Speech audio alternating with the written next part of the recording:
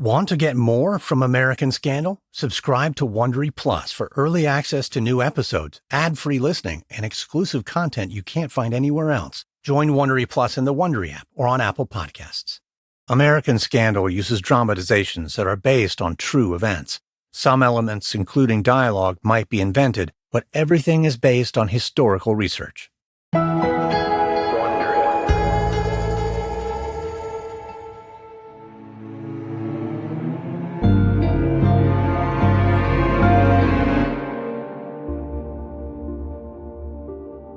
It's late December 1899 in Honolulu, Hawaii. A group of doctors walks briskly through the deserted city hall, their kerosene lamps flickering in the darkness. They're members of the Honolulu Board of Health, and they're meeting tonight to confront a growing crisis. Earlier this month, one of the city's residents of Chinese descent died of bubonic plague. The board acted swiftly and quarantined the city's Chinatown where the man had lived. But the measures didn't work, because within days the disease claimed other victims, and now cases are being detected outside the quarantined area. Fear of an epidemic is gripping Honolulu, and the Board of Health must decide how far they're willing to go to contain the outbreak. The men file into a large room with chairs arranged around a long wooden table. But the doctors are too restless to sit. A senior member of the board speaks first. Well, gentlemen, I regret to say it, but our efforts to contain this plague have failed. In my view, we have only two options. We either expand the quarantine area or we maintain the present restrictions around Chinatown, but we must deploy more officers to police its borders. There's a murmur of discussion among the other physicians. One man remains silent, though. At 60 years old, Dr. Nathaniel Emerson is the oldest member of the Board of Health. Raised by Protestant missionaries, he's deeply devout. So now, as the other men debate, Emerson closes his eyes and prays. Eventually, the others take notice. Dr. Emerson, what are your thoughts? Slowly, Emerson opens his eyes. Fire, yes. It may be the only way to contain the spread. We must raise the infected houses. I'm sorry, what are you suggesting? That we destroy Chinatown? I'm suggesting a controlled fire in the affected areas. We tried quarantine and it didn't work. But Dr. Emerson, how many more must we lose? Gentlemen, think of your children, your wives and mothers. This cruel disease could kill them all in a matter of days. But what if the fire spreads? You've seen the buildings in Chinatown, how closely packed they are.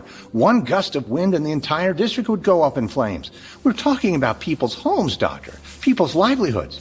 And if we fail to contain the plague, then it's only a matter of time before it spreads to the mainland. And what will the consequences be then? Hundreds dead? Thousands? Or even millions? Dr. Emerson, how can we be certain this would even work? What evidence do we have that fire might stop the spread? Certainty is a luxury we cannot afford. Gentlemen, we have already delayed too long. I know this. And if Chinatown burns to the ground, will you take responsibility for that? I'm willing to do whatever is necessary. This is nothing more than a gamble. No, it is a prayer. One by one, the other officials on the Board of Health fall in line behind Emerson. And at dawn the next day, a column of jet black smoke rises above Chinatown. For the next 3 weeks, it becomes a common sight in Honolulu as plague-infected houses are burned to the ground. But then, when the winds predictably shift, the authorities lose control of the fires. By the time the blaze finally dies out, Chinatown has been reduced to ashes and over 6,000 people have been left homeless. And as these residents are forced into temporary camps, the Honolulu Board of Health waits anxiously to see if the disease has been wiped out along with people's homes. But they are already too late. A steamship carrying plague-infected stowaways sailed out of Honolulu Harbor in late December and headed across the Pacific. Its destination was San Francisco. It's your man, Nick Cannon, and I'm here to bring you my new podcast, Nick Cannon at Night. Every week, I'm bringing out some of my celebrity friends and the best experts in the business to answer your most intimate relationship questions. So don't be shy. Join the conversation and head over to YouTube to watch Nick Cannon at Night or subscribe on the Wondery app or wherever you get your podcasts.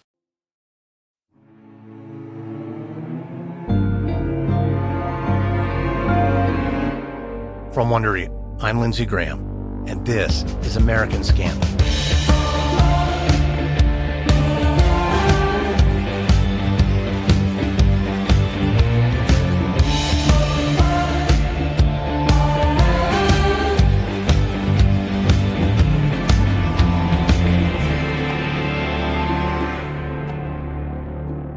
At the dawn of the 20th century, the United States found itself under siege by an invisible threat, bubonic plague.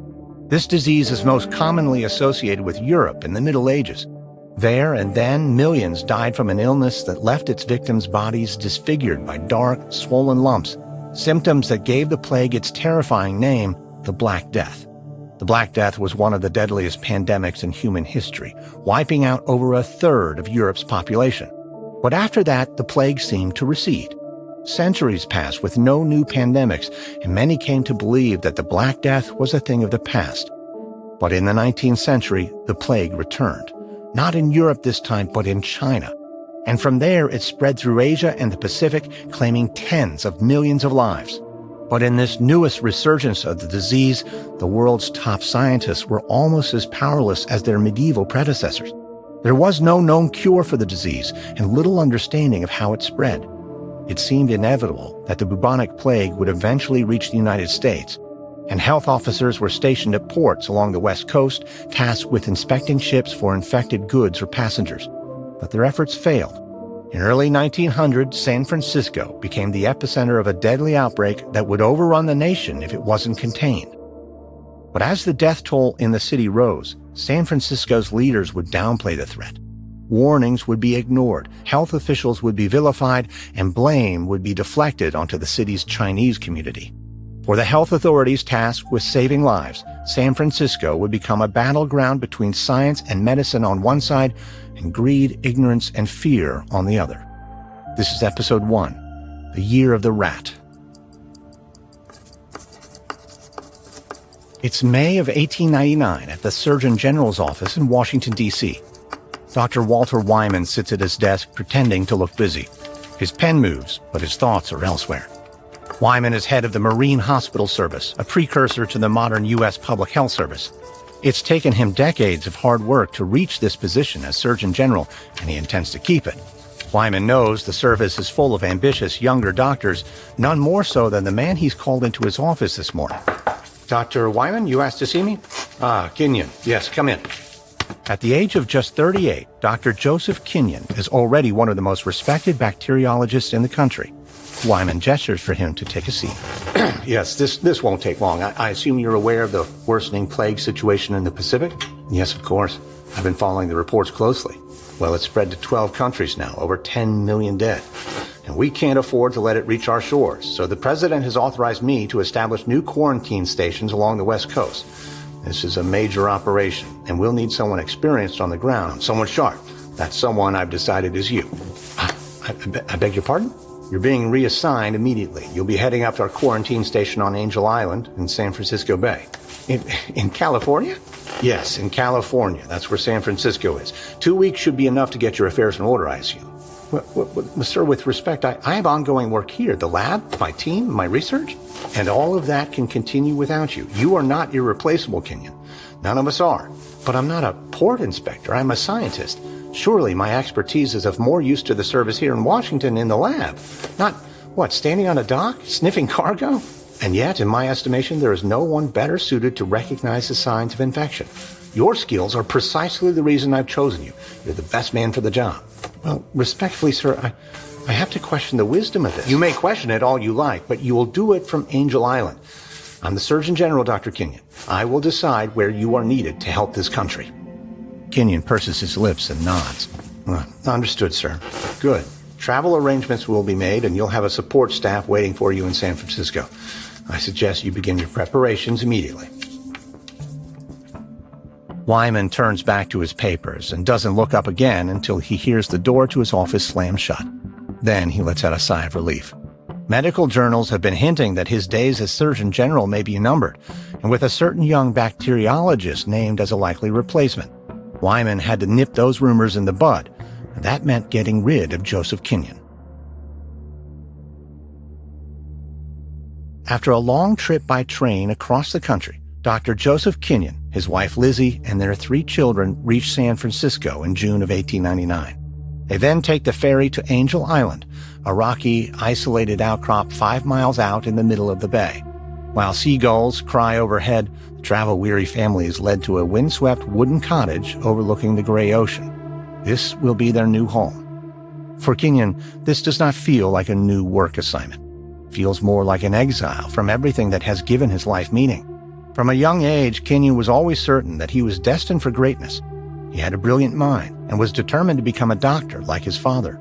At the age of 21, he graduated from Bellevue Medical College in New York, but he soon found that treating patients like any other doctor didn't appeal to him. Instead, Kinyoun was drawn to the emerging field of bacteriology, the study of infectious diseases and the microorganisms that cause them. And by the age of 25, he was leading the United States' new bacteriology lab on Staten Island in New York.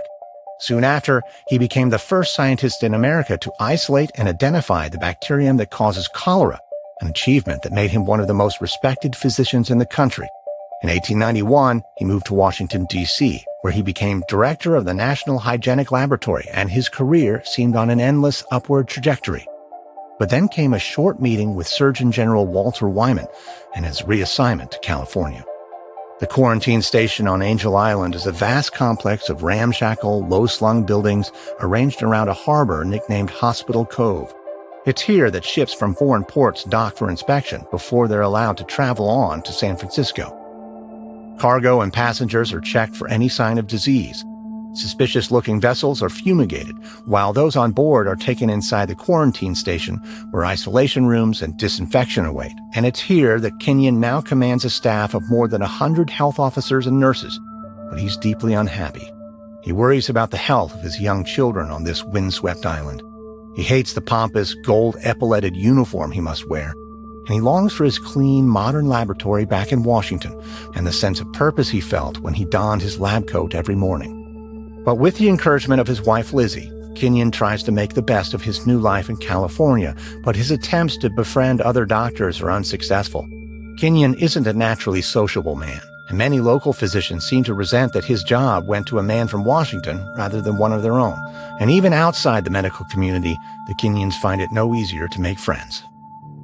One evening, they travel into the city to attend an opening night of a new play. The theater's lobby is bustling with San Francisco's elite, including all the big political movers and shakers. With the children in the care of a nanny, this is a rare opportunity for the couple to escape the isolation of Angel Island and enjoy a night out. But while Lizzie excitedly scouts the room, smiling and pointing out prominent figures, Kinyoun broods in silence. He can't seem to relax. The shrill laughter echoing around the lobby almost feels like it's directed at him and his fall from grace. Trying to distract him, Lizzie nudges her husband and points across the room. San Francisco's mayor, James D. Phelan, stands in the middle of the lobby, glad-handing with executives from Southern Pacific Railroad. Lizzie thinks they should go over and introduce themselves, but Kinyoun just sneers. He says that Phelan likes to style himself as a reformer who advocates ambitious public works. But while City Hall spends more and more of its budget on grand construction projects, the city's sanitation is in crisis, with open sewers and overcrowded hospitals. So Kinyoun isn't interested in exchanging pleasantries with a man like that. Lizzie just rolls her eyes and chides her husband. They ought to at least make an effort. But Kinyoun won't budge. He misses his old job where the people actually cared about public health, not just appearances. So Lizzie tries a different approach. She suggests that it's not enough for him just to do his job well. If he wants to transfer back to Washington, having the right friends and allies here will help. But Kinyoun hardly hears her. Unable to bear it any longer, he takes his wife by the arm and steers toward the door. As the weeks pass, Kinyoun seeks deeper into despondency. When he isn't conducting routine inspections, he's scribbling frantic letters to friends back home, bemoaning the injustice of his exile. And yet, for all his unhappiness, Kinyoun is succeeding at the job he was sent here to do. 6 months into his tenure, there have not been any reported cases of plague in the city. For now, at least, the defenses seem to be holding. But then, in December 1899, an urgent bulletin arrives from Hawaii. Bubonic plague is spreading in Honolulu. Suddenly, Kinyoun's mission takes on a new urgency. San Francisco is the busiest port connecting the U.S. mainland with Hawaii. If just one infected passenger from Honolulu slips through the net, then Kinyoun will hold himself personally responsible for the devastating epidemic that will surely follow. This makes every ship from Hawaii a potential threat. So on January 2nd, 1900, when the steamship Australia arrives from Honolulu, the vessel is immediately quarantined at Angel Island. Kinyoun's officers check the ship for any signs of plague among its passengers. And after a rigorous inspection, the Australia is deemed fit for travel and continues to its berth at San Francisco's docks. But there, as the mooring lines are tied and the weary passengers disembark, no one pays much attention to the rats scampering down the ropes and vanishing into the city beyond. It's 2 months later, in March of 1900, in San Francisco's Chinatown district. 41-year-old Wong Chut-king limps along the busy street. Rickshaws piled high with fruits and vegetables clatter past. Red paper lanterns swing from balconies and lampposts, remnants of the recent Chinese New Year celebrations that mark the arrival of the Year of the Rat. Wong is a laborer at a nearby lumberyard, but this morning he wasn't able to report for work as usual. A painful dark lump has appeared on his groin, making it hard for him to move without triggering waves of agony. But Wong needs to work so he can send what little he earns home to his family in China. That's the reason he came to San Francisco. The city is known as Gold Mountain back home, an almost mythical land where fortune awaits for those willing to work for it. But the reality, as Wong now knows, is very different.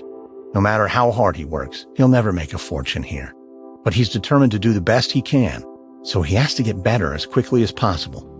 Soon, Wong arrives at his destination, the house of a traditional Chinese healer. He shuffles inside and rings a bell. Moments later, the doctor calls Wong through to his office. There, Wong explains his ailments while the doctor listens. He instructs Wong to lower his trousers and then stoops to examine him. The doctor inspects the lump on Wong's inner thigh, gently pressing the mottled and blackened flesh. His brow tightens with concern, and then eventually the doctor stands and delivers his diagnosis. He says it's most likely a venereal infection of some kind. Wong's heart sinks. This is what he feared. The doctor prescribes some herbal remedies, then advises Wong to steer clear of the brothels along DuPont Street. Clutching the medicine in hand, Wong staggers back to the Globe Hotel, a dilapidated flophouse that's notorious for its filthy conditions. There, Wong descends a flight of stairs to the basements. Rats scamper around his feet as he shambles down the hallway to his room, which is a cramped, grimy space carved into the ground beneath the sidewalk. Fetid liquid drips from an exposed sewage pipe, pooling in the dirt floor. In the center of the room, an upturned crate serves as the only table, where a burning stick of incense fails to mask the stench rising from the open pit latrine. Wong collapses onto the hard wooden mattress that he shares with 4 other men. He shuts his eyes and murmurs a prayer that the doctor's herbal remedies will help. But as the days pass, Wong's illness only gets worse. He grows a fever and loses control of his bodily functions, suffering violent episodes of vomiting, diarrhea, and delirium. When it becomes clear that Wong is close to death, his roommates carry his body to a Chinatown funeral home. Still barely alive, Wong is placed in an open coffin until on the afternoon of March 6, 1900, he draws his final, rasping breath. Like many other Chinese immigrants in San Francisco before him, Wong Chut-king passes quietly, without ceremony or mourning, an anonymous end to a life spent in the shadows. But his death will not go unnoticed for long, because as Joseph Kinyoun and his colleagues will soon discover, Wong Chut-king has just become the first victim of bubonic plague in the mainland United States. Hi, I'm Denise Chan, host of Scam Factory. You might remember hearing about our investigative series that exposed what's really happening behind those suspicious texts you get. Inside heavily guarded compounds across Asia, thousands are trapped and forced to scam others or risk torture. One of our most powerful stories was Jella's, a young woman who thought she'd found her dream job, only to end up imprisoned in a scam compound. Her escape story caught the attention of Criminal's Phoebe Judge, and I'm honored to share more details of Jella's journey with their audience. But Jella's story is just one piece of this investigation. In Scam Factory, we reveal how a billion-dollar criminal empire turns job seekers into prisoners, and how the only way out is to scam your way out. Ready to uncover the full story? Binge all episodes of Scam Factory now. Listen to Scam Factory on the Wondery app or wherever you get your podcasts. In November 1974, IRA bombs ripped through 2 Birmingham pubs, killing 21 innocent people. Hundreds more were injured. It was the worst attack on British soil since the Second World War. When a crime this appalling and shocking happens, you want the police to act quickly. And boy, did they. The very next day, they had 6 men in custody. Confessions followed, and the men were sent down for life. Good riddance, you might think, except those men were innocent. Join me, Matt Ford. And me, Alice Levine. For the latest series of British Scandal, all about the Birmingham Six. It's the story of how a terrible tragedy morphed into a travesty of justice, and how one man couldn't rest until he'd exposed the truth. Follow British Scandal now wherever you listen to podcasts and binge entire series early and ad-free on Wondery Plus.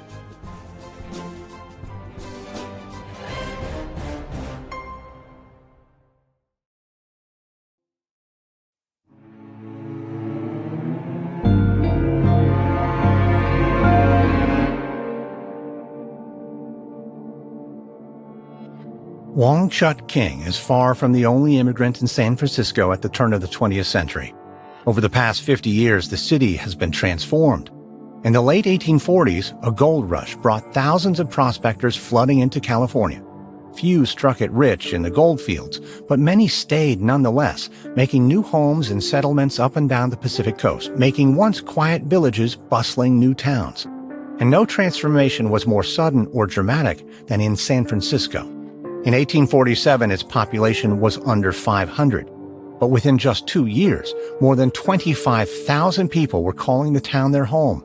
And by 1870, the population had swelled to 150,000. Real estate developers, newspaper magnates, and railroad tycoons all swooped in to capitalize. San Francisco had many attractions for these businessmen: fertile farmland, a temperate climate, and a natural harbor that was perfect for trade all across the Pacific. But as the city expanded, another group started arriving: Chinese immigrants. These were the people who did the jobs that no one else would. They built the railroads. They opened laundries. They worked in sweatshops. Their role was vital to the city's growing prosperity, but they were not universally welcome. San Francisco's emergence as a commercial hub hadn't made all its citizens rich. There was still widespread poverty, and union bosses told white working-class crowds exactly who to blame for their struggles, declaring that the Chinese must go. In response to the growing public anger, San Francisco passed a series of discriminatory laws targeting the Chinese community. Restrictions made it harder for Chinese residents to operate businesses, and local public schools were segregated, with Chinese children barred from attending alongside white students. Still, for some, these harsh measures weren't enough. Chinese immigrants were attacked and their homes burned, and soon this hostility spread beyond the city limits and all the way to Washington, D.C. In 1882, the federal government took action. The Chinese Exclusion Act was signed into law, the first legislation in U.S. history to outright ban immigration from a specific country. This new law was welcomed by the white community in San Francisco. In 1897, the city elected the virulently anti-Chinese politician James D. Phelan as the new mayor. And almost 3 years on, Phelan still believes the Chinese should be forcibly removed from California altogether.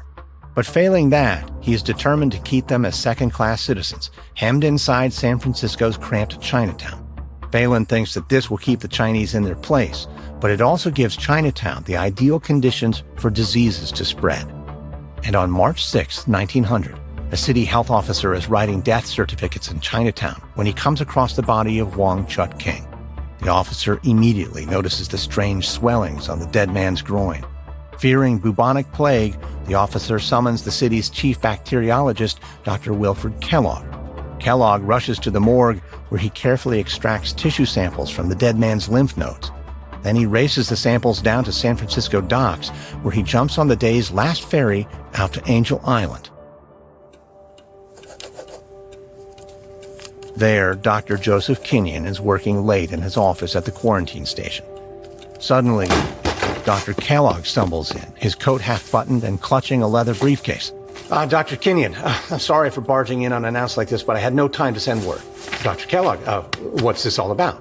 I fear we may have a problem. Earlier tonight, I was summoned to inspect a body in a Chinatown morgue. He had groin bureaus and black lesions on his body. Kinyoun goes pale. These are classic symptoms of plague. Oh, when did he die? Sometime last night, possibly early this morning. And you've only just come? I wasn't notified any earlier. Do you have samples? Kellogg raises his briefcase. Yes, of course. All right, come with me. Kinyoun sweeps past Kellogg and heads toward the laboratory. What else can you tell me about the deceased? Male, 40s, name is Wong Kut Ching. He's known to have resided at the Globe Hotel. That's on DuPont Street, corner of Jackson. Yes, I know where it is. That building will need to be fumigated. And I'll want a full account of the victim's last days, where he went, who he may have come in contact with.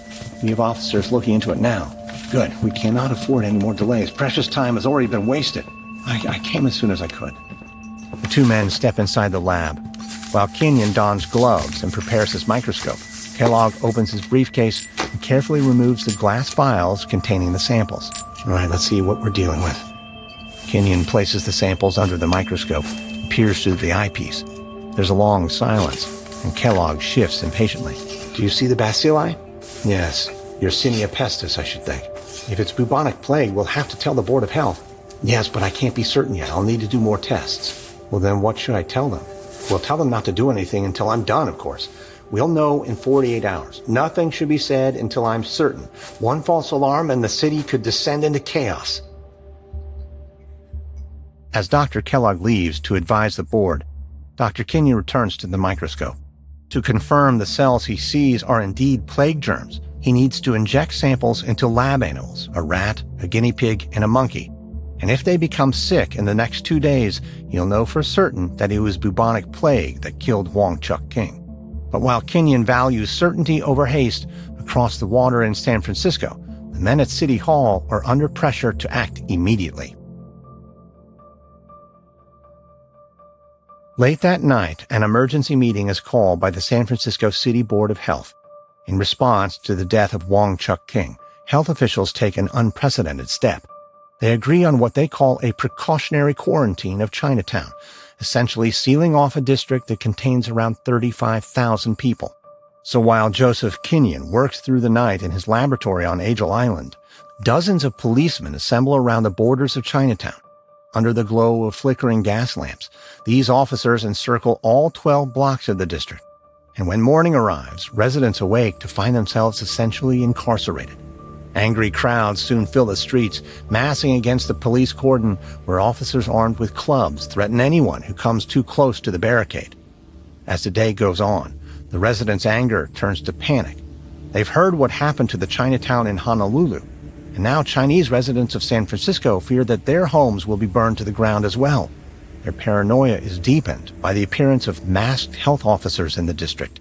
They're documenting the last known whereabouts of Wong Chuk King and disinfecting the Globe Hotel with formaldehyde.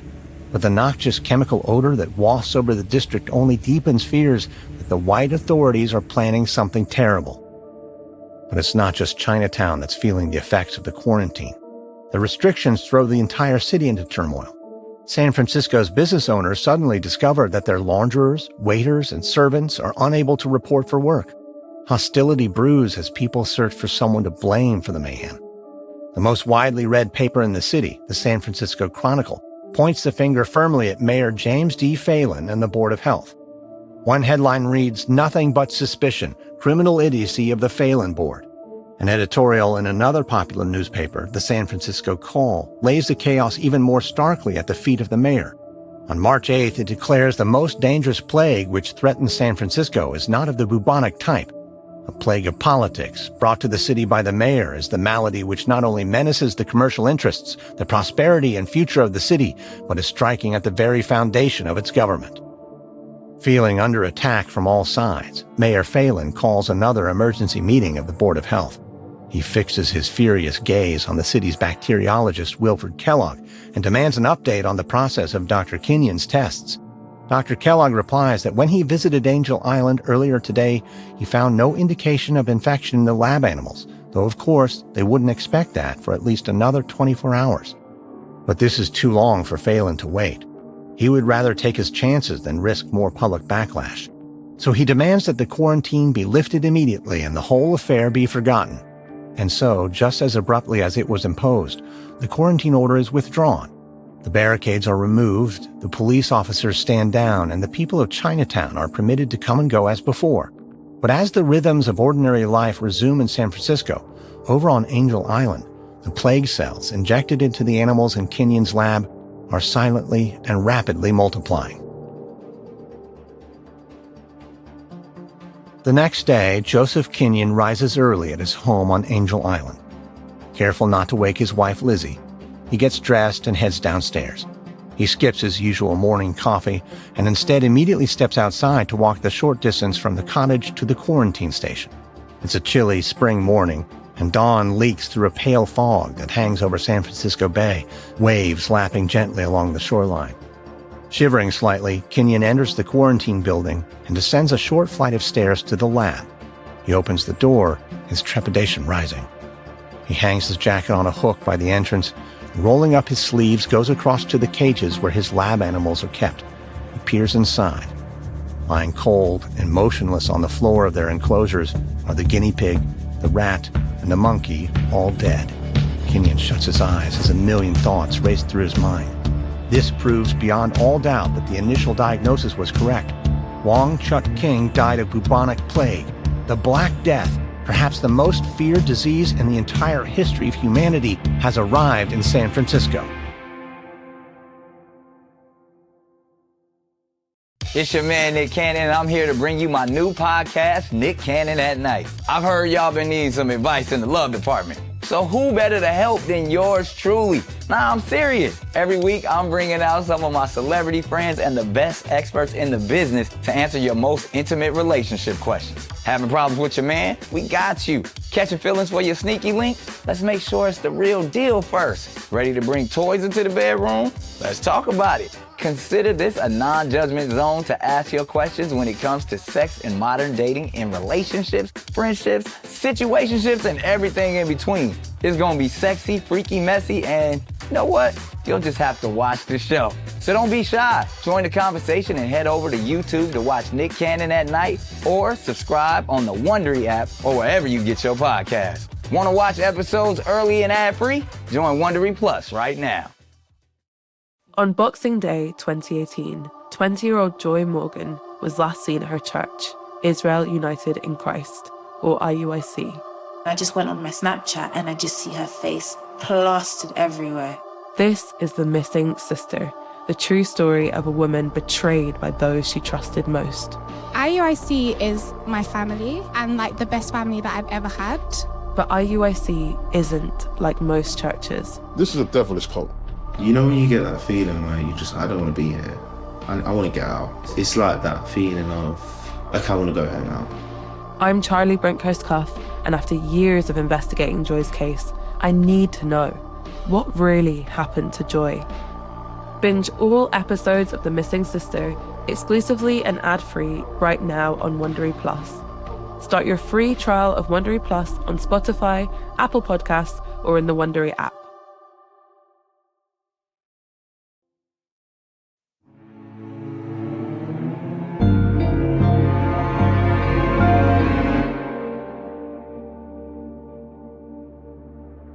After his discovery of the dead animals in his lab on Angel Island, Dr. Joseph Kinyoun dashes off a telegram to the San Francisco Board of Health. He explains that the deaths of his subjects prove that plague is present in the city and that urgent containment measures must now be taken. He strongly recommends that the board reinstate the quarantine in Chinatown, the last known whereabouts of the victim Wong Chuk King. But having already reversed their decision on the quarantine once, the officials on the board are reluctant to change course again. They don't want to risk the embarrassment of appearing indecisive. Furthermore, San Francisco's mayor, James D. Phelan, has now taken a firm public stance against the quarantine. He was spooked by the uproar caused by the measure and has no intention of repeating that mistake again. So Kinyoun's recommendations are dismissed.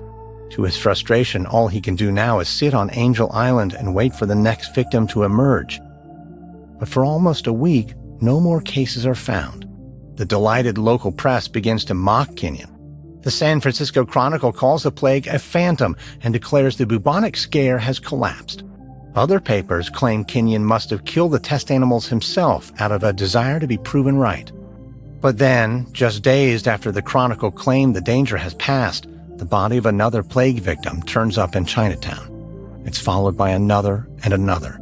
The corpses are found abandoned in alleyways and on street corners, dumped by people who are too terrified by what an association with a plague victim might mean for their own safety.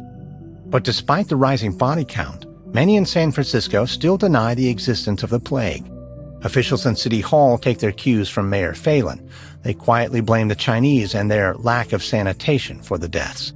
Meanwhile, most of the local press refuses to report on the growing death toll at all. But despite these efforts to play down the threat of the disease, the news begins to spread beyond the city. The New York Journal publishes a story under the headline, "The Black Plague Creeps into America." Travelers bound for San Francisco start making other plans, and ships sailing from the city face new quarantine protocols in other ports along the Pacific coast. Whether the people of San Francisco are ready to accept it or not, the rest of the country can see that the crisis in their city is growing. In early May of 1900, Dr. Joseph Kinyoun leans over his workbench in the Marine Hospital Laboratory on Angel Island. He is examining another tissue sample taken from the body of the latest suspected plague victim. It's teeming with rod-shaped bacteria, the unmistakable sign of plague. He pulls away from the microscope's eyepiece, his face taut with stress. This makes 8 plague victims in total, and the 5th in the span of just a week. All of them are residents of Chinatown. Kinyoun runs a hand through his thinning brown hair. He barks at one of his assistants to bring him the case files on the 7 previous victims. And moments later, the officer returns with a stack of documents. They land on the table beside Kinyoun with a heavy thud. Kinyoun has already read these files countless times before, but once again, he methodically works through the pages, trying to find any connection between this latest victim and the earlier deaths. If he can find a mutual employer or a common street address, then he might be able to piece together how the plague spread from one host to another. But as he scours the pages for clues, Kinyoun comes up short. 2 victims lived a few blocks away from each other, but that's as close as any of them come. There's no real pattern. Kinyoun sets the files down. If the victims didn't infect each other, that means there must be more cases that he doesn't know about. This is clearly no longer an isolated outbreak. He likely has a plague epidemic on his hands. Kinyoun immediately sends a telegram to his boss, Surgeon General Walter Wyman in Washington, D.C. Skipping any pleasantries, he writes, "Examination plague suspect completed.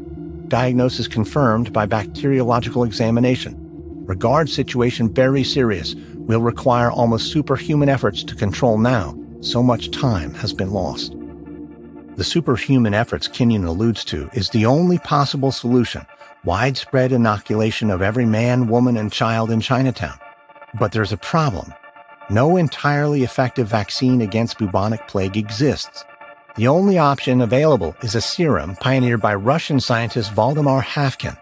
The Havkin serum is made using plague cells taken from cadavers. These cells are then exposed to extreme heat to stop them from multiplying, and injections of the serum have been shown to reduce the risk of infection by half. But the side effects are deeply unpleasant. They include high fever and vomiting, and additional doses are required every 6 months for the serum to remain effective.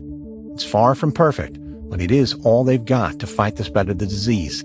Kinyoun estimates that to buy enough doses to inoculate everyone in Chinatown would cost around $100,000. But he argues that the high price would be worth it, and Surgeon General Wyman agrees. He promptly shifts 20,000 vials of the Havkin serum to San Francisco, and as Kinyoun waits for their arrival, he plans how the inoculation campaign might work. Stopping the epidemic will mean cordoning off Chinatown. Then, health officials will have to go house to house, armed with syringes filled with the serum. He has little doubt that the Chinese residents will resist, though. Years of mistreatment and prejudice have bred deep mistrust of San Francisco authorities, and many in Chinatown will no doubt be suspicious of the injections. But even before the first shot can be administered, Kinyoun needs to persuade the City Board of Health to back his plan. They've already rejected his recommendations once before, so this time he has to make them see the light. A meeting of the San Francisco Board of Health is called, and Kinyoun sits at a long table opposite Mayor Phelan and the doctors on the board. They've been grilling him for the past 3 hours, trying to pick holes in his diagnosis that there's an active epidemic in their city. Mayor Phelan fixes Kinyoun with a skeptical glare. "But you've said, Doctor, that these cases are random. I mean, if that's true, then why are all the victims in Chinatown, huh? Could we not reasonably conclude that this disease targets only the Oriental race? That the good white folk of San Francisco have nothing to fear? It seems to be the case. Kinyoun tries to keep the scorn from his voice. No, sir, that's not how Yersinia pestis operates. This pathogen does not discriminate. It will spread wherever the conditions allow. The fact that it hasn't yet escaped Chinatown is sheer luck, and luck always runs out. Luck, huh? Well, forgive me, doctor, but I was led to believe you were a scientist, not a gambler. It's not a gamble, Mr. Mayor. It's evidence-based inference. This is how public health decisions are made, especially when time is short and thousands of lives are at stake. But earlier you claimed to be so certain. So which is it, Dr. Kinyoun? Are you certain or are you not? Is this just an inference, a hunch? You've got to make up your mind. Mr. Mayor, I am certain that we are facing an outbreak. I am certain that people are dying of plague. What remains uncertain is how far it has already spread. We have to figure out how this pathogen is transmitted. Then perhaps you should go back to your lab and do just that. Then if you come up with an answer, that's the time to get the board involved. Going off all half-cocked is a political nightmare. Well, might I suggest, sir, that epidemics don't care about politics. My role is not political. I'm here to prevent catastrophe. We must do everything we can to contain the spread of plague to Chinatown. That means reinstatement of the quarantine and a program of inoculations with the Hafkin serum. Gentlemen, I know what this disease can do. So do you. History has shown that it doesn't care if you're Chinese or if you're white, if you're rich or poor, from the East Coast or from the West Coast. It will burn through families like fire through dry grass. And the longer we do nothing, the worse it will get. Doctor, do you have any idea what it would mean for San Francisco if our city became associated with plague? Our reputation might never recover. No better a damaged reputation than a dead city. Mayor Phelan sits back, folding his arms. He exchanges glances with the board, then leans in again. God, fine. All right, we'll reinstate the quarantine. But hear me, doctor, this does not become a permanent stain on the city. I want every man, woman, and child in Chinatown inoculated quickly and quietly. After this meeting at City Hall, Dr. Joseph Kinyoun allows himself a rare flicker of hope. With a second quarantine ordered and the Hafkin serum on its way, perhaps this nightmare can still be stopped before it spreads beyond San Francisco. But as his boat pulls away toward Angel Island again, Kinyoun's optimism fades. Convincing the mayor and the Board of Health to back his plan was one battle. Now he must embark on the far tougher challenge of persuading the people of Chinatown. From Wondery, this is episode 1 of The Plague in San Francisco for American Scandal. In our next episode, the plague continues to rip through Chinatown, and local people decide they know exactly who to blame. The man they call the Wolf Doctor, Joseph Kinyoun.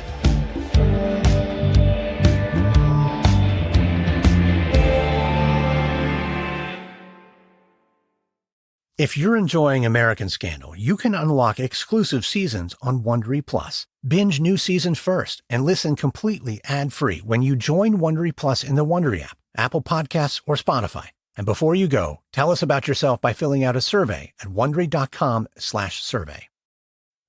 If you'd like to learn more about the plague in San Francisco, we recommend the books Black Death at the Golden Gate by David K. Randall, The Barbary Plague by Marilyn Chase, and The Plague and Fire by James C. Moore. This episode contains reenactments and dramatized details, and while in most cases we can't know exactly what was said, all our dramatizations are based on historical research. American Scandal is hosted, edited, and executive produced by me, Lindsey Graham for Airship. Audio editing by Christian Paraga. Sound design by Gabriel Gould. Supervising sound designer Matthew Filler. Music by Thrum. This episode is written and researched by Joe Viner. Fact-checking by Alyssa Jung Perry. Managing producer Emily Burke. Development by Stephanie Jens. Senior producer Andy Beckerman. Executive producers are William Simpson for Airship and Jenny Lauer Beckman, Marsha Louie, and Aaron O'Flaherty for Wondery.